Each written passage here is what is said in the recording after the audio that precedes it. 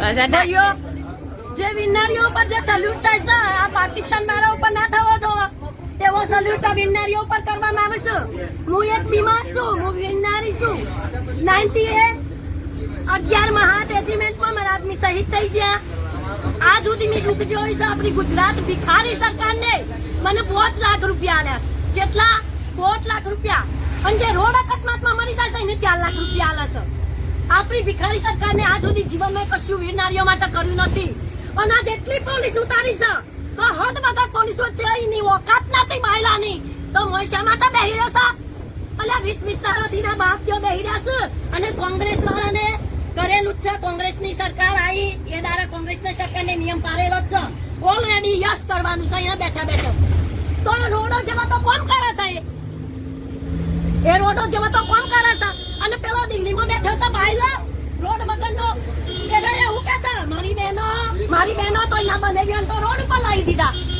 તો એનું હું તારા બનેવ્યો તારી પેલા અલે આટલી વાર દેશની સેવા કરીને આયા અને તમારો કોઈ નેતાનો મરી ગયો.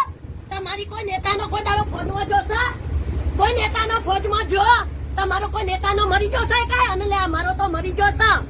અને અમારા બોલતું તને બોલવું પડે છે. બળીએ છે એટલે બોલવું પડે છે કે અમારા ફોજીના અંગાથી 17 20 22 વાર નોકરી કરીને તો આ સલ્યુટ તારી સરકાર કરતી હોય ને તો તારી સરકાર ને સાલા ભરવાઓની સરકાર ના જોવા મારા.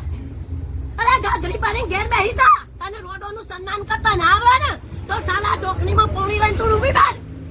તને ભાઈઓને સન્માન કરતા ને યાદ તને વિનારીઓનું કોઈ સન્માન કરતા નથી આવડતું. જય હિન્દ જય ભારત.